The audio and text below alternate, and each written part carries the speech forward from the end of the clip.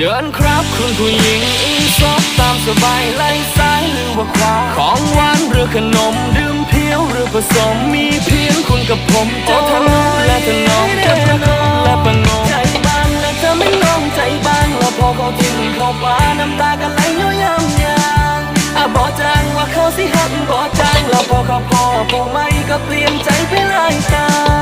โอ้ยน้อกลัวสิลืมเขาได้ใส่ไปลาทอได้หัวใจแทบสลายเจ้านอนห้องให้อยู่บ่เศร้าโอ้ยบ่เศร้าอายก็เจ็บบ่แพ้เจ้าดอกงาเป็นแฟนกันไหมถ้าเธอเลิกกับเขาแล้วเราคบกันใหม่ไม่เอาไม่ร้องไห้เขานอนได้แล้วเดี๋ยวเธอไม่สบายเสียใจเดี๋ยวก็หายฉันจะอยู่ตรงนี้ไม่ไปไหนนี่แหละคือเขามาส่งแล้วบอกตู้เย็นอืมพยายามเนี่ยแบบ